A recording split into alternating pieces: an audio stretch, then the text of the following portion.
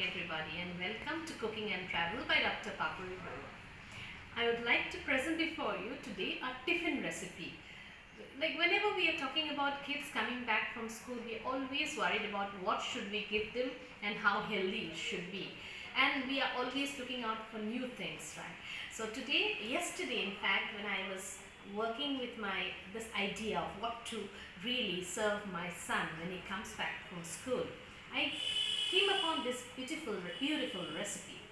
It is known as bread cutlet, or you can say bread surprises. So I'd like to introduce the recipe to you and the ingredients. So for that we will need some bread slices, as many cutlets you want, that many slices. So I have around 7 slices of normal bread here. I will also be needing a few things for the batter.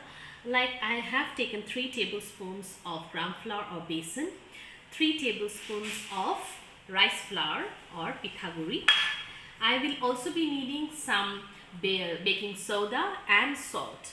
First thing first, we will make the batter and let the batter remain for at least 10 minutes or so that it becomes thick and it really catches on to the bread when we use it. So let's put all the things together here and try to make the batter. The batter consistency should not be very thick or should not be very thin either. So just slowly we'll try to mix the water to the batter, right?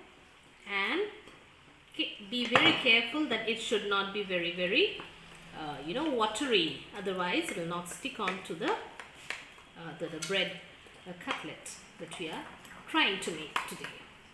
Right? So after giving it a nice whisk, we will just put the required amount of salt according to your taste. Right? The salt there and some baking soda just for the crisp later. So the soda goes in. It's a completely vegetarian recipe. Today being Thursday, I thought of going in for a vegetarian recipe.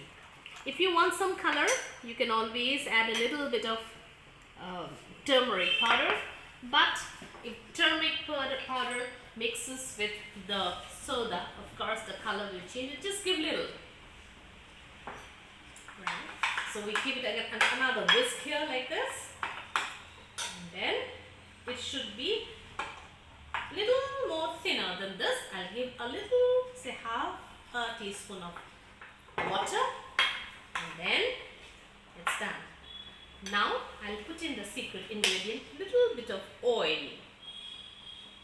Say 1 teaspoon of oil there goes in, and then give it a whisk and let it be there resting and getting ready to coat the bread cutlets.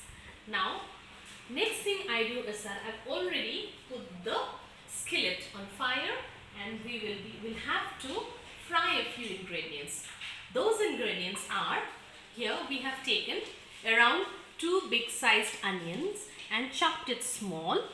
I have taken around 10 pods of garlic and chopped it small, right? These two are first going into the skillet, and we are going to fry it off, and then we start the whole process of making the bread pakoras. So now let's get over and fry the garlic and the onion. First thing, we'll put the garlic. Fry the garlic, and once the garlic catches that yellow color, we'll wait for that. You can have the nice garlicky smell which I love. Then we have used very less amount of oil. One good thing about the skillet in the cast iron form is that it needs it's so less time to heat up, and it doesn't burn. That's the main thing there. At least that's what I have gained from my experience as a cook or whatever, chef or a homemaker. So that way, so we'll just give it a fry and let the onions caramelize. We'll wait for the onions to caramelize. I'm doing all of it in high heat, so I'm keeping it. I'm constantly stirring it so that it doesn't get burned. We'll also give a little fry to something else that's there. That's the, here I have shredded around 4 big carrots. These carrots also go in here. We just fry a little bit so that it's not completely raw. Of course, you can always have it raw if you like it. But kids normally, they like it little cooked in a way. So this is what I'm doing to it. Right? And I have taken some spring onions and just separated the white part of the spring onion, this much a handful, and that's why I'm putting in here. So we'll fry it a bit. At this moment, we will give in a spoon of butter, so that butter can give it richness to the dish. So I'll put some butter into the pan and let the butter give out its flavor to the dish, to the carrots. Yes, nice carrots being fried up. Okay, so we just put it on low, and now we will go and give some salt to the thing. Just a little salt, and let it cook on slow flame for some time. While this is cooking, we can do the other part of the recipe. Now, I'll introduce you to the other parts of the recipe. Let it be cooking for some time. The other ingredients that we'll need, as I told you, we need as many bread cutlets you want, that many slices of bread.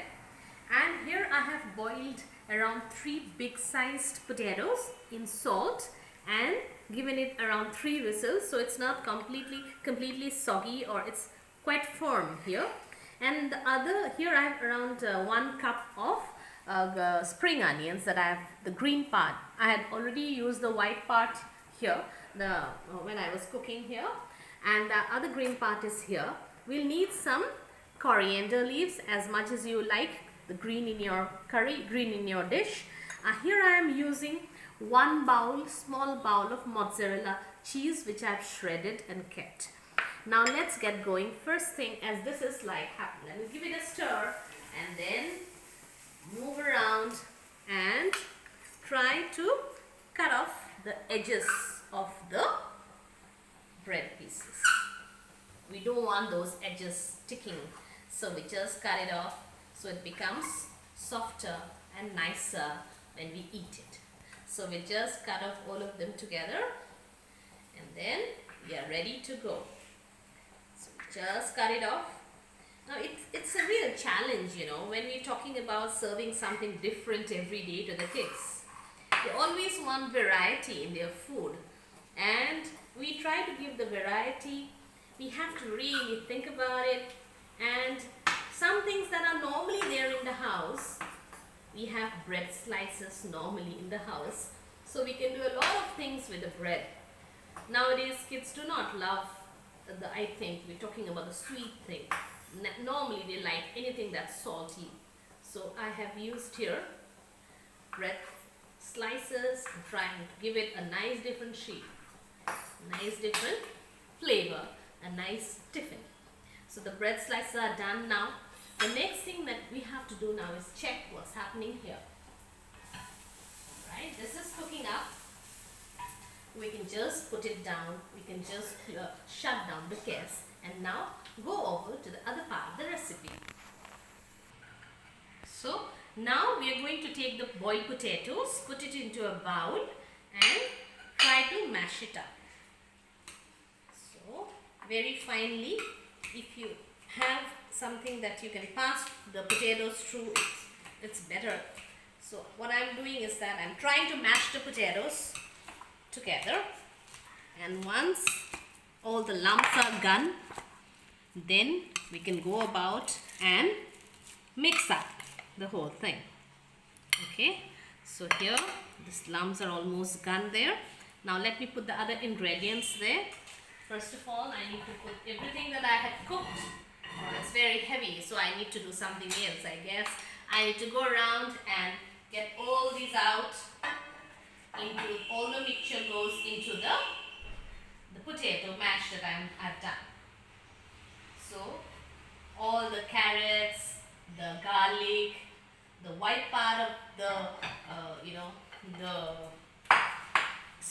onion, everything goes inside, and we'll try to mix it up. Now is the time to put in the other part, that is the green part of the spring onion. And the best thing is we're talking about mixing up, nothing like your own hands. Wash clean, of course. And then the coriander leaves also. Just give it a mix. Alright. You can add any vegetable. You can add bell peppers if you like, capsicums, right? But for me, capsicums give you that feeling of the Chinese. Normal human beings like us, we know vegetables by the way we use them. Normally, we use the bell pepper. Talking about capsicums, we use the capsicums when you're making Chinese, might be. So now we also add in the shredded mozzarella cheese. That goes in, and a little bit that's remaining, scrapping off everything, all the nutrition into the bowl. And if you remember, we haven't added something, which is the salt. So we will just, first of all, we have to be conscious that we are using mozzarella, which will have some salt. Then we have added some salt when we were frying up the carrots, and we had salt when we used salt, in fact, when I had boiled the potatoes. So I guess all we can do is that taste and see whether the mixture really needs salt. It will. You can add you can add chilies if you like, because normally I can use little, I guess. So let's see. First I will taste it. I need salt. Let me wash my hands now. So I'll add little bit of salt. That's less here. It's not less, but little more will do good to the dish.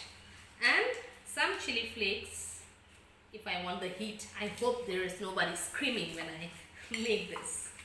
Make them eat it.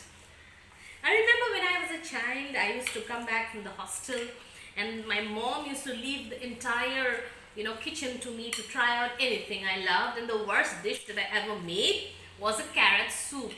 It was yuck, and I did not myself finish it.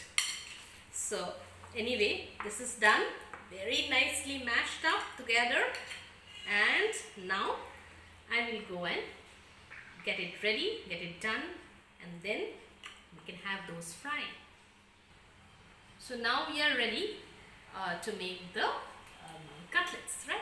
So what I've done is I've already put the gas on flame with some refined oil so that we can do the cooking. While it heats up, we will prepare the cutlets. So we'll just take a slice of bread, dip it in little water, take out the excess water, right? And then we'll put in enough of the mixture inside, and then try to bring the two edges together and give it the shape of a bow. The shape of a bow, right? So what I feel is that every bite should have that yummy mixture that we have made. So every bite will have it only when you spread it all across. And instead of making always round that we make, today I thought of trying out the bow shape. So I've already made a few here. So now we can actually go about and really fry it. And how do we fry it? Before that, we need to coat it. So we'll now get going with the frying of the cutlets. For that, what we do is that we take the cutlet and try to coat it all over with the batter that we have made, and see to it the whole thing is coated with the batter. Then slowly, very gently, as if you are placing a child into the fire, and be patient there. Reduce the heat and let it cook itself. And it's besan or gram flour, and we have rice flour. They don't need much time to cook, so we don't need much patience either. Right? So we'll wait for it to cook 2 minutes, So just turn it over and check out. So we need to be very gentle about that. Let it catch all the heat so that it becomes crispy. But whenever we talk about frying things, we always, the very simple tip for anyone who's beginning to learn to cook, that we need to keep it in slow flame so that the heat goes inside and cooks everything. But for us here, we do not need really to be worried about it being cooked. We just need an outer portion to be crisp, and the inner is already yummy and gooey and cheesy. So just want the outer portion to be crisp, and if you increase the heat, it will become black and it will not become crispy on the outer side. So here, we'll turn and see. We still need some more time with it, right? Just increase the heat a little so that it becomes, the oil had grown a little colder. So just take off the extra scrapings that happen to come off. So we do not want it burnt up. So all of them should be out of the fire, out of the pan, and all the oil goes only into the cutlets. So this way we need to fry all the other cutlets as well, and then it will be ready to serve as an evening snack or tiffin. So they are ready, crisp and very wonderfully gooey, I guess. See how beautiful it looks from inside, right? So this is the way it will come up, and I guess this adventure of mine was quite okay and tasty. So this is my dish before you of my version of the bread cutlet, modified to suit the needs of health, nutrition, taste, and high in the meter of being delicious. I hope you like this recipe. Do try it out and do comment, because I would love to hear what you feel about the recipe, and give a like, and of course subscribe to my channel if you haven't.